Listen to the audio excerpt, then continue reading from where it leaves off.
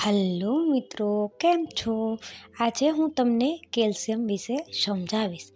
Calcium એ તમારા શરીરનું મહત્ત્વનું એક ખનિજ છે. કેલ્શિયમ યુક્ત ખોરાક ખાવાથી હાડકાં મજબૂત બને છે. તમારા શરીરમાં મોટાભાગનું એટલે કે 90% કેલ્શિયમ હાડકાંમાં રહેલું હોય છે.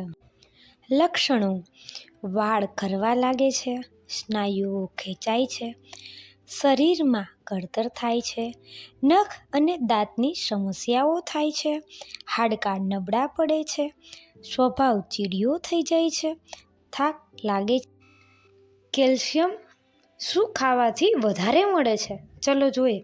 લીલા શાકભાજી, લીલા પાંદડાવાળા શાકભાજી, બ્રોકોલી, પાલક, સોયાબીન, સંતરા, ડેરી પ્રોડક્ટ, દૂધ, દહીં, છાશ, પનીર, માખણ, બદામ, સફેદ તલ, સોયાબીનનું મિલ્ક, ચણા, દાળ, અંજીર, કાજુ આ બધામાં કેલ્શિયમ ભરપૂર રહેલું હોય છે.